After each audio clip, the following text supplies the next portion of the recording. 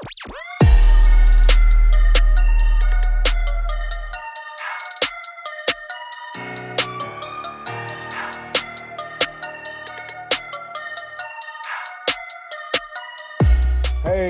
Outreach Squad. Thank y'all for joining us. This is podcast number 3 for UT Outreach. We're excited because we have an extremely special guest with us. So right now we're going to introduce ourselves and then I'll let our guest introduce who he is. So Taryn and Joe, if y'all want to go ahead and introduce yourselves real quick. Hey everyone, it's Taryn Bright Haskett here, Assistant Director for UT Outreach Dallas. Happy to be with y'all tonight. Hope y'all are staying safe, staying healthy, keeping a positive mind, and just happy to be here tonight with y'all. Hey everybody, this is Joe Posada with, again, Assistant Director with UT Outreach here in Dallas. I'm also excited here this evening to kind of chat with all of you all about our topic tonight with our special guests and then with all of us, and hopefully we do some great takeaways. I'm Brian English, Executive Director with the Dallas Engagement Center. And what that means is we're trying to provide phenomenal opportunities for young people. That's what we're all about. Tonight, just want to do a brief introduction and I'll let him chat more for our special guest, who is none other than Dr. Leonard Moore, who is the Vice President of UT's Division of Diversity and Community Engagement. So I'm gonna give him a couple of minutes just to share who he is and then we'll jump into a couple of other segments. So go ahead, Dr. Moore. Well, thank y'all for having me. You know, y'all one of my favorite teams in the world. So Joe, Taryn, and Brian, I really appreciate y'all. We got the crew back together. And Dallas hasn't been the same since y'all been back together. But yeah, my name is Leonard Moore. I'm in my professional capacity, I'm a professor and a vice president at University of Texas.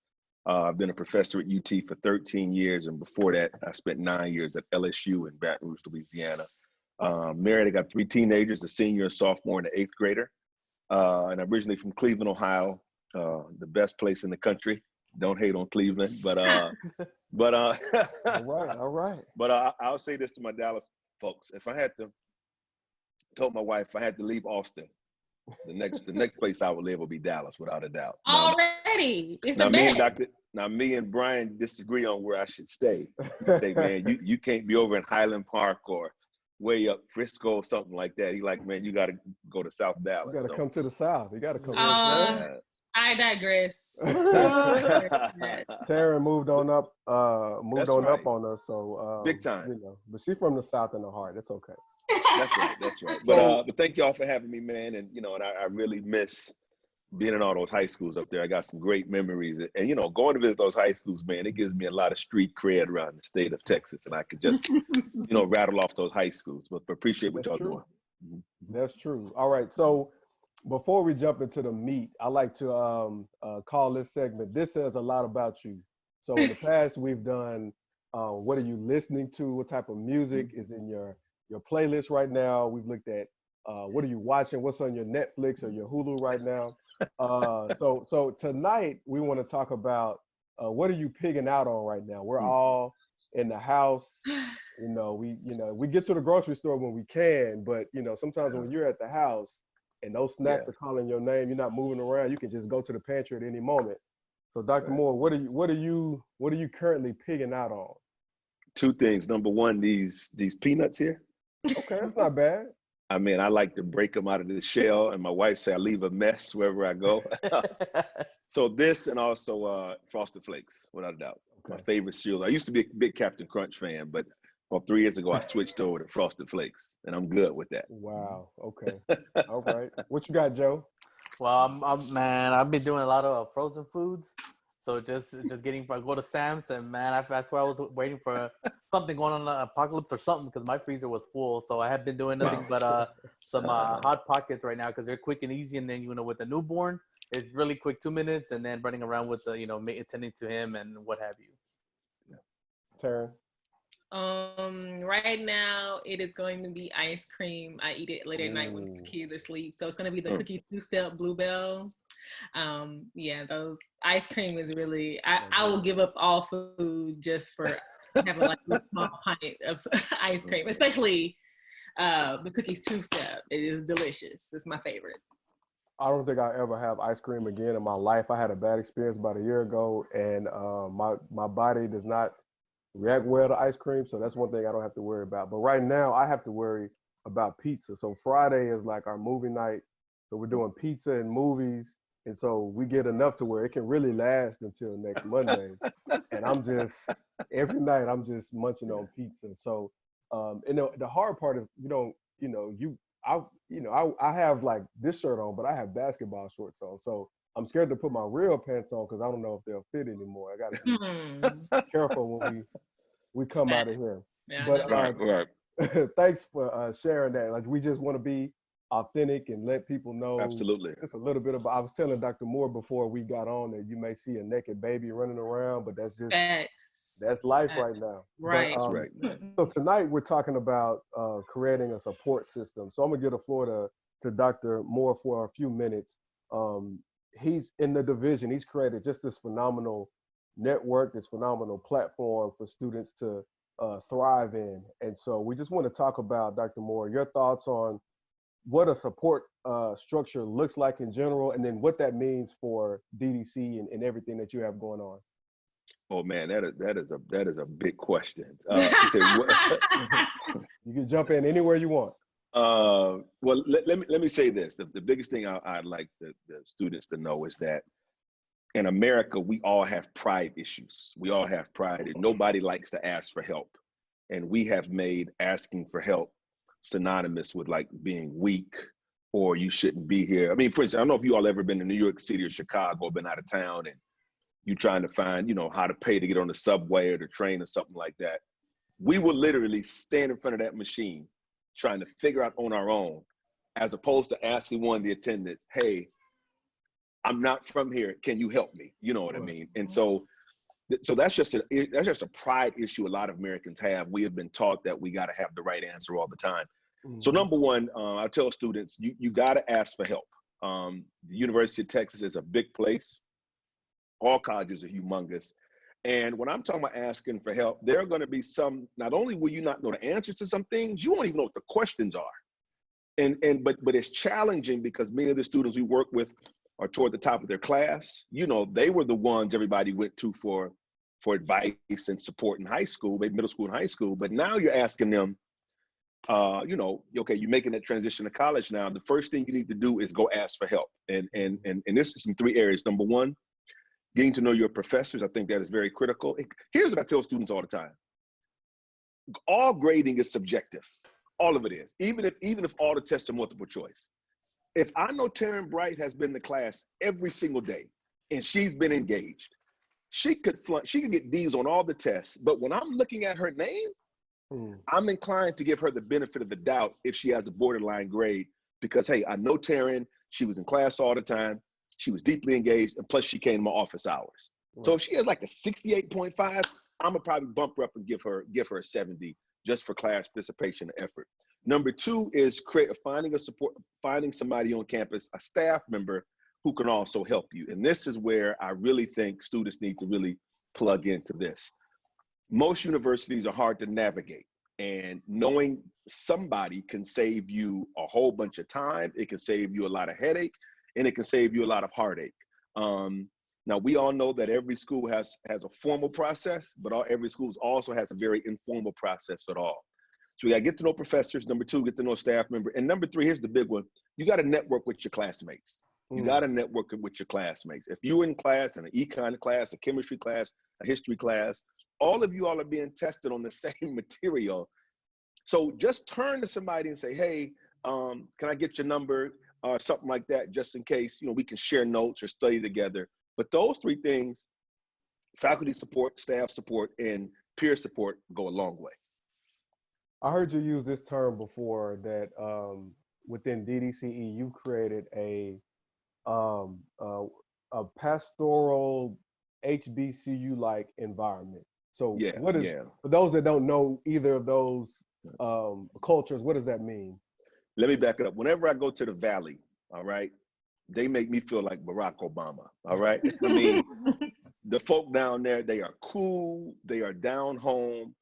And whenever I go to the Valley, I understand a lot of it is all about relationship building. You know what I'm saying? They like people, you know what I mean? And so similarly to the Valley experience is what we as Black folk had in the South, Mississippi, Louisiana, Texas, Georgia, Alabama. It's all about relationships. You know what I mean? And so what we have tried to do at University of Texas, we've tried to shrink the university, a university of 51,000 people. We've tried to shrink it to about a community of 5,000 people, where we know students' names, we know their background, we know what high school they went to, we know who their college counselor was, who their outreach advisor was, we know what their, but the big thing, and we know what their goals are, and we know what they struggle with. So Brian, it is very intrusive. You know, I got former students who will tell you, I didn't like Dr. Moore when I first met him because he was always in my business. You know what I mean? But understand, it is a method to the madness. You know, if Joe is 18 years old, I got to get all up in Joe's business. I got to know what his bad habits are. He liked to smoke. He liked to drink. Does he have, is he not disciplined sexually? So I got to know that stuff so I can challenge him. And I think what students appreciate is they see we aren't trying to judge them. We aren't their parents, but we understand what it takes to get in the UT and what it takes to leave with a degree and have options afterwards. So that is what we try to do. And sometimes, Brian, we will pick up the phone and call parents if there's an issue. Wow. So it's, I mean, a lot of what you're saying is it's more social than academic. I think, and I've heard Absolutely. you say this before, that's the biggest fall off, the biggest lag, that if you're thinking about a kid coming out of an outreach program, or those areas that we work in, it's social. Absolutely. And when a kid is struggling academically, it's very rarely is it an academic issue. It's something else going on with their life. And the one thing I try to tell a lot of my faculty colleagues is that a freshman typically on campus an entire week before they meet their first professor. The housing is important. The roommate is important. The social network, all that stuff plays a critical role in how that student would do academically. So sometimes I think Joe, Taryn, and Brian, just narrowly focusing on the kids' academics, you're missing a bigger issue. Sometimes we got to step back and say, hey, what's going on here? And that's what you all do every day when you're working with those high school students. Joe? No, so with that, like, so how do we better engage our students, especially now as they're looking at transitioning from high school to college, especially UT Austin, and like, for example, like when I was an undergrad transitioning to my four-year university, one of the biggest struggles that I had was the imposter syndrome. It's like, you know, I knew that, man, like I looked and I realized that I was the only brown kid in the classroom at the time, and then I was like, do I really belong here? And I feel like that I tripped myself up in order to ask for support, because then when my professors did notice or did catch me and were like, hey, like, what's going on? I told them, honestly, I don't belong here. And I realized that, one, I had a lot in common with my professors. They understood, and some of them actually came through the same background as I did. But then two, I realized I was the one creating the roadblock to overcome that I needed to overcome, to be like, you know what? I need to connect with Dr. Moore. You know what? I need to connect with my advisor, what have you. So what do you advise our students, but then also like us as a support system for our students? You brought up a good point, Joe, this whole idea of the imposter syndrome. And I'm gonna let you know how this imposter syndrome, it transcends race and gender. I was teaching a law class last spring, maybe spring 2018, 2019. A white kid, what's the town where Prairie View is located? I forgot the name of that town. You know what it's called? Waller, Texas. It's Waller, Texas. So white kid, he said, Dr. Moore, can I talk to you after class? I said, yeah. And this is a second-year law student at UT. He said that he was going to a wedding the next weekend. His girlfriend was having a family member get married, and he had to go rent a tuxedo. He said, Dr. Moore, how do you rent a tuxedo? And he said, Dr. Moore, I'm a little nervous about going. He said, because I don't feel comfortable around all those rich people.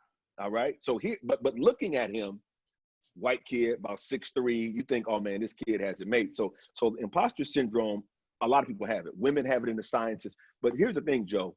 You said that you were the only brown kid in the classroom. Did anybody else make that an issue, or did you make it an issue? Because sometimes, you know, we'll put this stuff on ourselves, like I'm the only one, they don't understand me.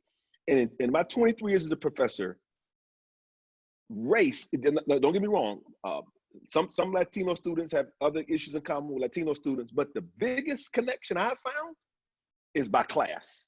A first generation Latino kid and a first generation white kid and a first generation Black kid will have more in common than if they're just with their own race. And that's what most people don't realize. Because you can have a middle class Black kid from Highland Park, right? And a working class Black kid from South Oak Cliff, nothing in common at all except the color of their skin. So I think oftentimes the experiences we have before we get to college are what makes us jail. The imposter syndrome piece, I tell people, don't think that you're that important that people are looking at you because you're the only Black person, or you're the only woman, or you're the only Latino, you're the only person from the inner city. You're not that important when people are sitting around talking about you. And understand, I had to learn some of this because oftentimes I am in a lot of environments where I'm the only Black person. But you know what I realized? I was making a big deal of it and nobody else was. So I had to get over myself.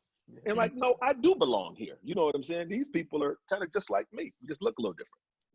No, and I agree. And I think that's something that you going back to your point, like I was the one that was tripping myself up. I was the one, but I just, because I didn't know how to navigate that, because because of one, I felt like I was a big fish in a little pond in high school, and where Adamson High School is 98% Latino, then I'm like, okay, so I got this. And I get to my institution, I'm like, oh snap, like now nobody looks like me. But because again, I didn't know how to navigate it. I didn't know how to have that conversation with myself. So I was having the right conversation with other people, but not with myself telling me, dude, like, it's okay, you do belong here, because you're at the end of the day, you're still in that seat. You're still in that classroom. You're still competing with that person left or right of you and what have you. And let me say this, Joe. Every student needs to understand this, whether they're going to UT, A&M, wherever. If the university did not think you could come and get a degree, they would not admit you. Yep. Plain and simple. And students have to understand that. Mm-hmm. Thank you. Mm-hmm. So I guess my question, I want to talk about like just support systems. So like as outreach, we support students throughout high school. So that, you know, that's putting the key, like go to UT, because we'll continue to support once you get there. Right. I just wanted to touch on like how important is it, I guess, or how important is it for students to look at support systems once they get to school? Because, or how could I phrase that? What do support systems look like? I guess for students to find that. Now here's the deal. Those students, a lot of kids, when they come to UT or wherever, they're going to have an orientation, all right, of some form or fashion. You got to connect with the people who make themselves available. You know, and everybody doesn't make themselves available. Mm-hmm. But if you connect with somebody and they say, okay, this is my office, you got to go see them. And the big thing about being in college is that people will not come and hunt you down.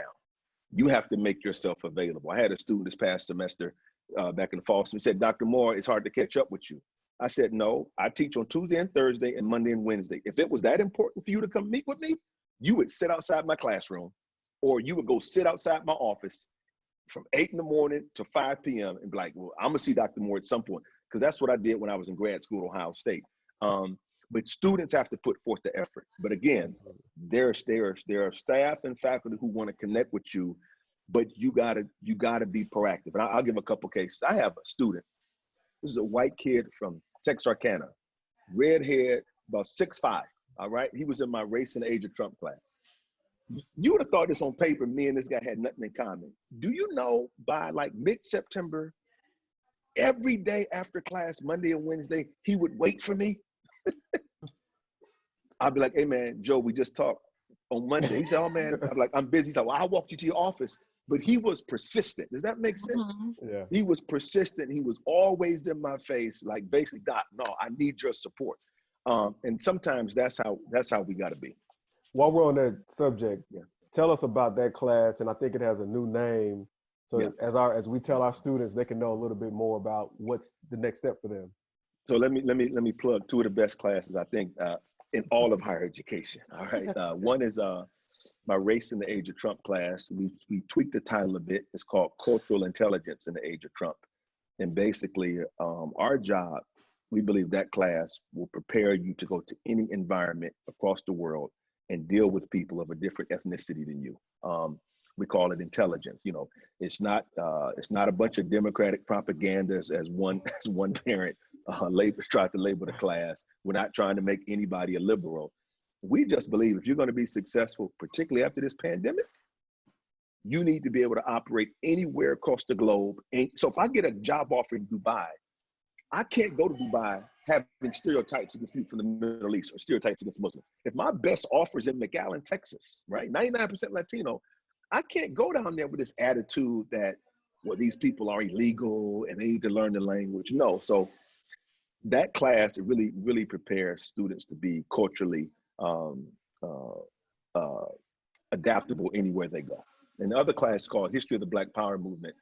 And one thing we talk about the Black Power Movement, if you understand African American history, you understand for about 350 years, African Americans were taught to hate themselves, didn't want to be called Black, taught to hate how we look. And so the class just deals with, over a span of 6, 7, 8 years, how did these, I call them cultural innovators, Angela Davis, Malcolm X, all these others folks, how did they get an entire group of people, 14, 15 million people in America, to begin to embrace their history? And sometimes we don't look at these things as cultural innovations, but that's how we approach the class. You use the word pandemic, and we're looking at, we're trying to figure out what post COVID-19 is going to look like. So as we think about this support system, does that look different?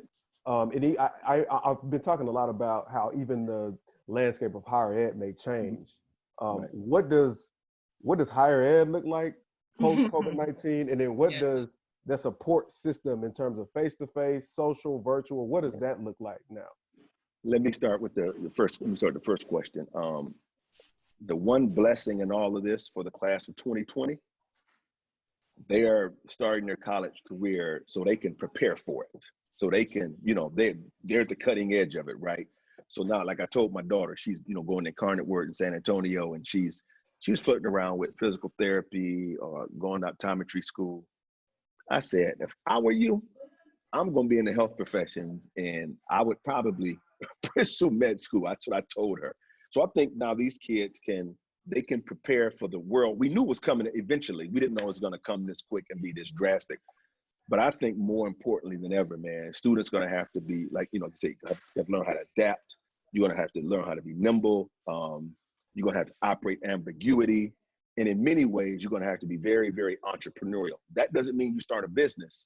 It means that if I'm working at a company, I can be entrepreneurial working at Dell or working for the Dallas Cowboys, because what I'm doing now, I'm looking at where things are going, and I'm adjust my skill set to meet the future needs of the company or the organization. So that's what I mean by being entrepreneurial.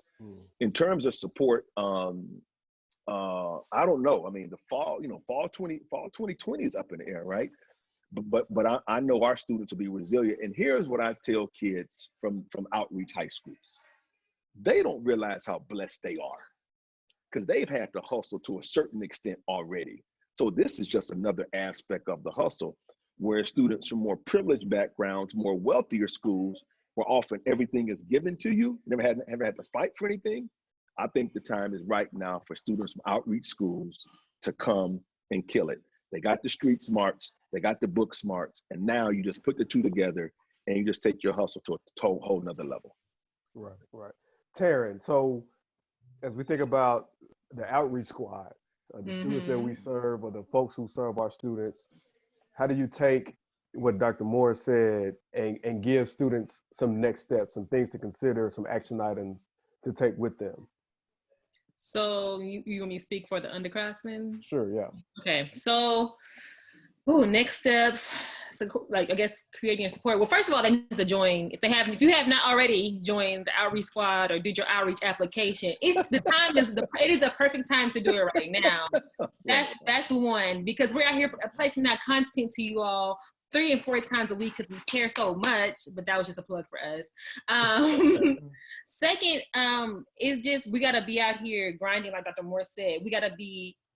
If you wasn't my freshmen and sophomores, we talked about last week, if you have not started your networking, like it's time to put it in full drive, start to meet different students, connecting with your teachers, getting them to know them like a little bit better, like a better know. If you're not emailing your students, like emailing your emailing your teachers like daily or checking in on them, right now is make that connection with them, because they'll be writing your recommendations letter. They're gonna remember you from this pandemic time, this COVID-19 time. They're gonna be like, wow, they were so ambitious. They were so out here grinding. They were still checking on me, doing all their work, because it's not time to get relaxed on the computers. It's time to keep on pushing forward, getting to the next step. And like, if we're thinking about entrepreneurial, you need to be thinking like how Dr. Moore said, but think about it in terms of like high school settings. Okay, so think about your SAT scores, researching your colleges. and then checking in on your colleges, see if they have any like things you can reach out to, go into their like virtual tours, virtual meeting times. And if they have like face-to-face like times where you can like present to them, how about you reach out to them? How about you make a connection starting right now? Oh, I know y'all have that summer camp coming up. A lot of my Macomb students, y'all were so excited this summer to go to the Macomb's business. So how about we check in with them and say, hey, if y'all thinking about trying to do it virtually, think about that. Awesome. Like, how can we get this virtual? How can we get this on our resume this summer? So it's all like thinking on the next level to how to build your resume right now, how to get your skills up. If you were thinking about going to the medical field, you need to be looking at all the research out right now, seeing what's going on with this COVID-19, doing some and then reaching out to doctors. Doctors are always, I have all my friends who are doctors, they are on their social media at all times. Go follow a doctor and if you're on your IG all day, go ahead and follow them and then ask them questions, because they're willing to give you information to take you to the next level. And then you never know, that might give you an internship next summer when the COVID-19 rises up. So those are some things I would say to them. Joe, you have anything next step wise? No, for sure, especially for our seniors right now. Is like, and I think we keep saying this, every day in and day out. Like, utilize us as a resource. Our sole purpose is to support you, to support your college going culture and understanding not only what are the next steps, but how to get there. And you have myself, you have Ms. Bright, you have Dr. English, and it goes more than that, because this is just locally. You move down to UT Austin, guess who you have? Your freshman courses, you have Dr. Moore to help you with that. And so you have us as a division, a subsidy here in Dallas, but then also in Austin. But then more importantly is for our students, like understanding like, hey, like we make ourselves available. You can always text us, email us. You can always log in onto our Google platforms, social media where we stay on it. And so we have all these platforms for you all to ensure that we're engaging each and every single one of you to understand the process, to understand what are the next steps. Because like right now, like Dr. Moore mentioned before, like these times, the times right now are prepping you for that college experience. I have a lot of my students that actually, when I ask them, how are you doing with with distance learning on the early collegiate side, they're like, oh, well, I mean, I've been taking, classes already, college classes. So I've been doing them online. So on the comprehensive side, I'm just like those classes I was already, I was able to adapt pretty quickly. So just know that we're here, reach out to us and stay connected with us and then with other students, with your classmates, your teachers, because that networking, that's what's really going to help you to go to the next level. And then also seniors, I just want to add one more thing. May 1st is approaching, decision day. It's a big day. And if you're, this is a really great time for you during this pandemic. If you're the choice of college you want to go to, or whatever that college may be, if they have not reached out to you, make sure they're checking on you, being a resource right now, laying for that foundation for you right now to be successful at their college.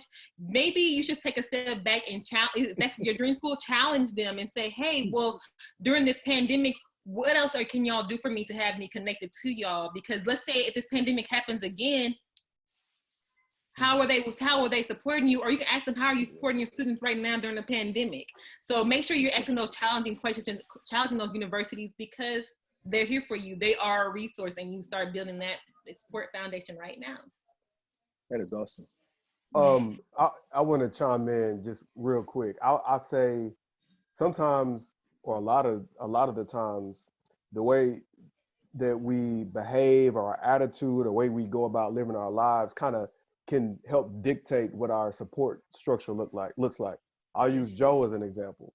So I knew Joe when he was a senior. Like, we weren't best friends. We didn't sit and talk every day, but I was working for a college access program, and I took notice of him because I recognized the initiative that he took. He was super involved. He was always seeking help, seeking support, going after, and so I took notice of those things, and I was like, I kind of want to be in what he has going on. I want to find some kind of way that I can support what he has going on. Fast forward, 4 or 5 years later, we had an opportunity and I reached out. And so I think, yes, you can proactively seek people out to be a part of your support system. But I think if in any space, if you're operating in a fashion that, you're trying to be ambitious, you're going about your business, you can also unintentionally recruit a support network of your own.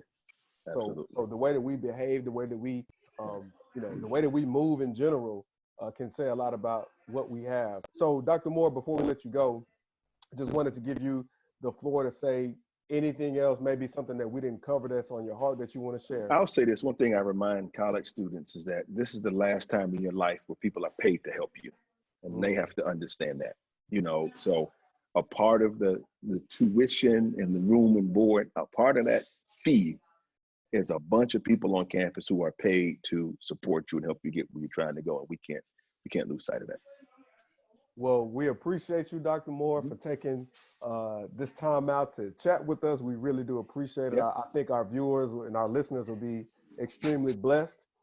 Just wanted to remind everybody that you can connect with us in several different ways. For our students, we have on our website, if you go to utoutreach.org/Dallas, you can get on our Google platform, our Google Classrooms. You can request to do a virtual appointment with us so that we can be that support system and that support structure that we talked about.